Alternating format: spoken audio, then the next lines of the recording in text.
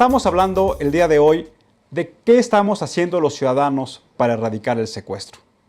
Nos acompaña una ciudadana, una madre de familia que, a pesar de vivir el dolor más grande que puede tener una madre, nos ha dado un ejemplo, una historia de vida. Nos ha enseñado que utilizar los recursos propios, a pesar de desconfiar del sistema de procuración de justicia, pero utilizar la justicia como el mecanismo idóneo para resolver los problemas, es lo que ha hecho que hoy Isabel Miranda de Wallace sea una ciudadana que no solamente admiramos, sino que respetamos el trabajo profesional que ha venido haciendo a través de una organización que preside, que se llama Alto al Secuestro. Isabel, bienvenida. Gracias por acompañarnos. Al contrario, gracias a ti por la invitación, Tulio, y muchas gracias por el espacio. Y me encanta que la sociedad civil tengamos un espacio donde pudiéramos tener comunicación con la ciudadanía de esta manera. Muchas gracias. ¿Qué está haciendo Alto al Secuestro?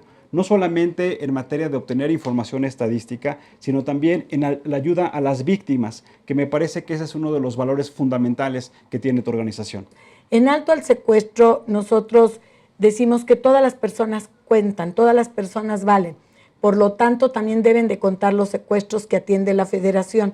Además, es absurdo que en el Sistema Nacional, que es quien captura toda esta información, si ustedes se meten a la página, hay uno ahí que llaman incidencia delictiva, y ustedes van a ver que solamente aparecen todos los estados, incluido el Distrito Federal, pero no aparece la Federación.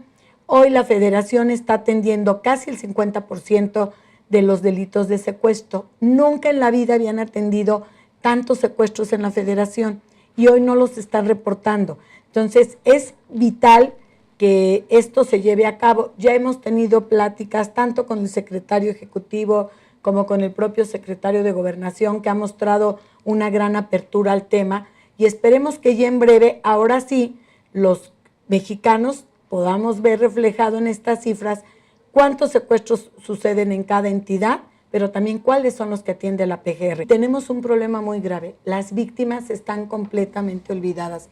Hoy en la ley establece que todas las víctimas tienen derecho a tener un abogado victimal.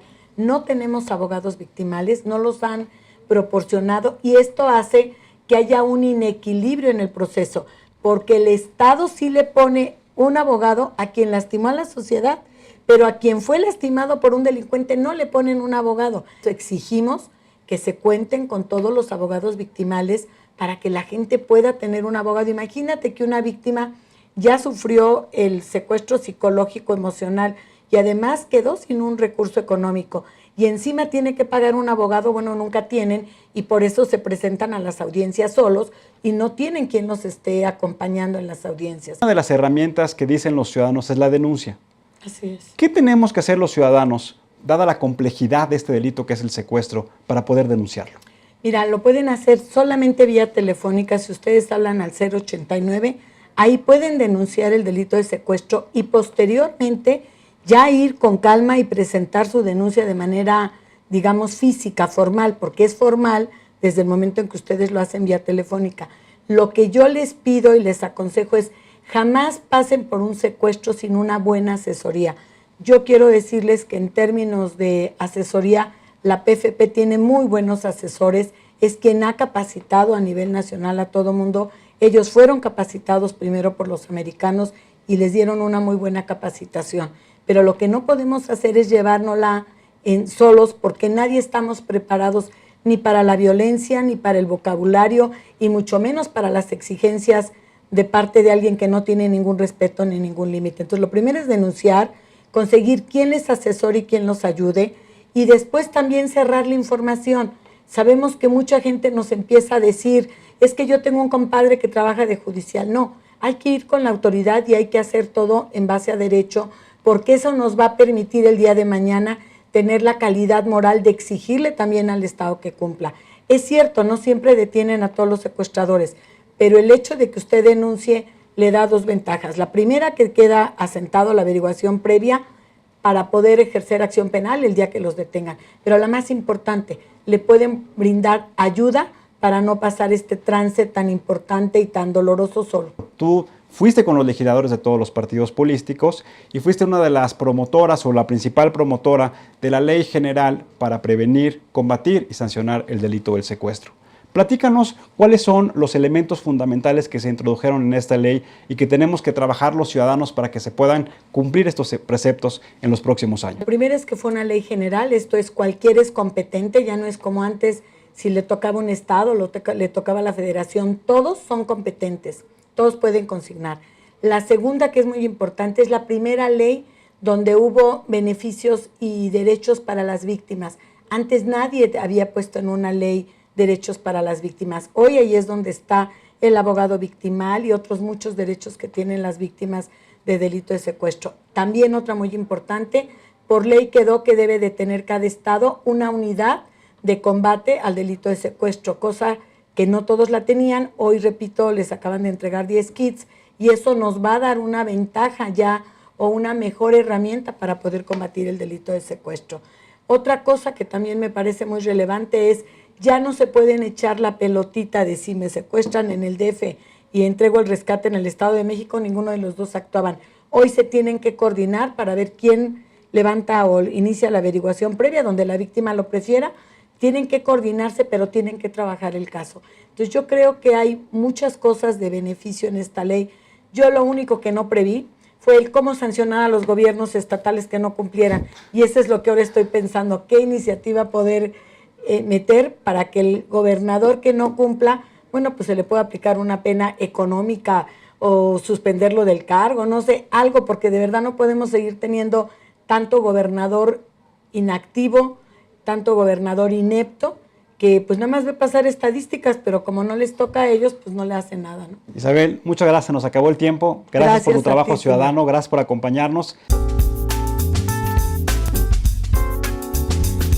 El día de hoy vamos a hablar de uno de los temas que ha sido objeto de discusión, no solamente en los medios de comunicación, sino también en los últimos días en todas las calles del país. Vamos a hablar de la corrupción. Sí, de este fenómeno que para muchos es considerado como la gran enfermedad de este país.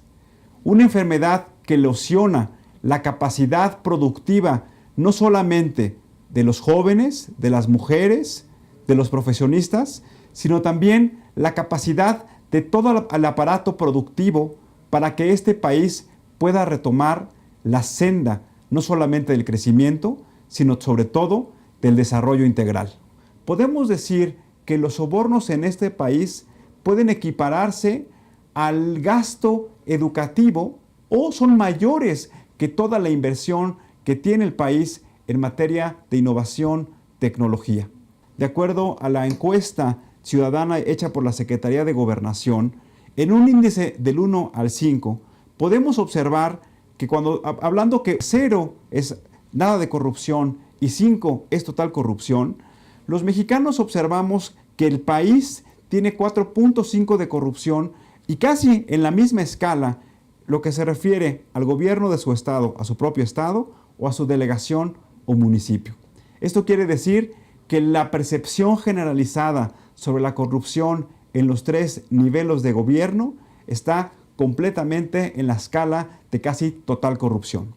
Como vemos en la siguiente gráfica, también podemos observar que cuando le preguntamos a los ciudadanos cuáles son las posibilidades que tenemos para poder combatirla, el 56% nos dice que eso es casi imposible.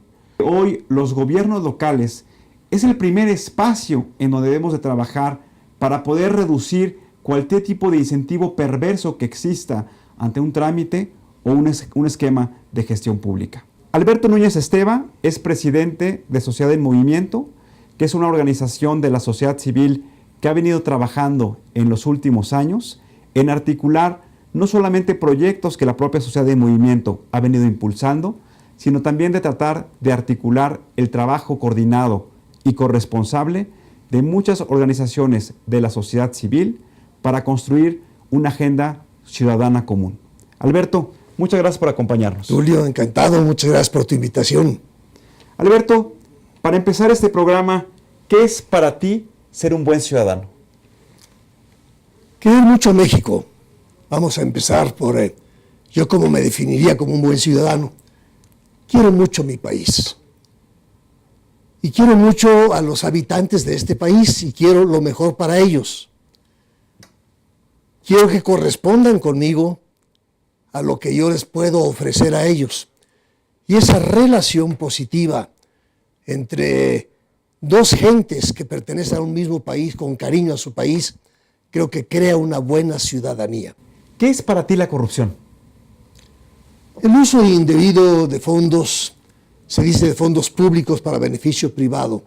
Yo lo ampliaría más, el uso indebido de fondos que no son propios para beneficio de una persona que no tiene derecho a ello. Tan sencillo como eso, tan grave como eso. Es muy amplio el concepto de corrupción, muy extendido, y así debemos verlo, no solamente con el gobierno, sino con la sociedad.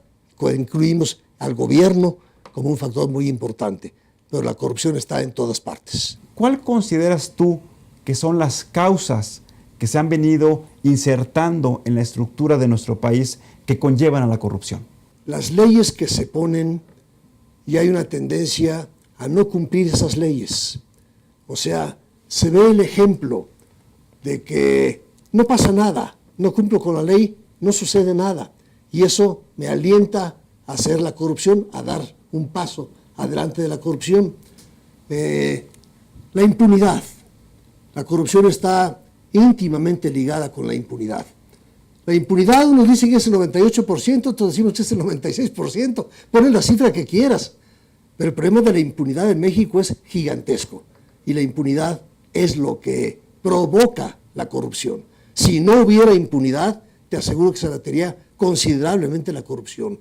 Pero esos niveles de impunidad provocan la corrupción. Debemos pensarlo en esa forma y ver qué es lo que tenemos que hacer, entre otras cosas, para abatir la impunidad que es tan grave.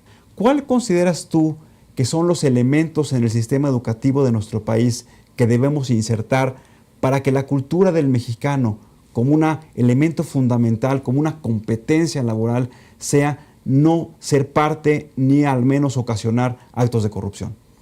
Desde la más temprana edad, empezando por la casa, continuando por la escuela, debe llevarse la cultura al niño de decir: somos honestos. La honestidad es un valor muy grande para nuestra familia, para tu persona, para nuestro país, y eso debemos transmitirlo en la familia, en la escuela, en el trabajo, en todas partes, para que se forme una cultura de la honestidad. Eso es muy importante. Me parece que es algo en lo que debemos luchar todos los mexicanos y que debemos pugnar porque se lleve a la labor educativa y se lleve todo el mensaje a nuestra sociedad. Es chamba de todos los mexicanos y yo por eso me siento tan contento de estar en este programa y hacer la parte que me corresponde. Alberto, vamos a ver unos testimoniales en donde también le preguntamos a otros ciudadanos qué están haciendo ellos para poder combatir la corrupción. Veámoslos.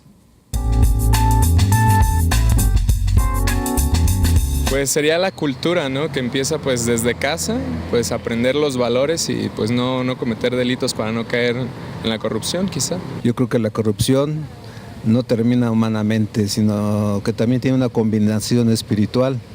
Cuando el hombre no se reconoce hijo de un Dios que todo lo tiene ordenado y perfectamente organizado, pues el hombre siempre echa a perder el orden, el amor, los valores, echa a perder todo lo bueno que puede haber en una sociedad. Pues primeramente empezar por uno mismo y no fomentarlo por ejemplo, en eso de mordidas, en ser honesto, el que si me equivoqué, pues ni modo, hacerme responsable de mis actos y pues empezar a fomentarlo, porque pues a la larga, pues quienes lo ven como ejemplo son los niños. Pues tener más cultura propia y pues no aceptar la corrupción de los que tienen poder hacia nosotros, puesto que nosotros fomentamos y aceptamos la corrupción.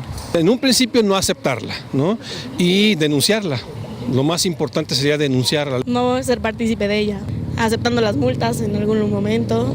Nosotros mismos hacer conciencia, prácticamente, porque a veces somos los que también formamos parte de la corrupción a veces, nosotros mismos.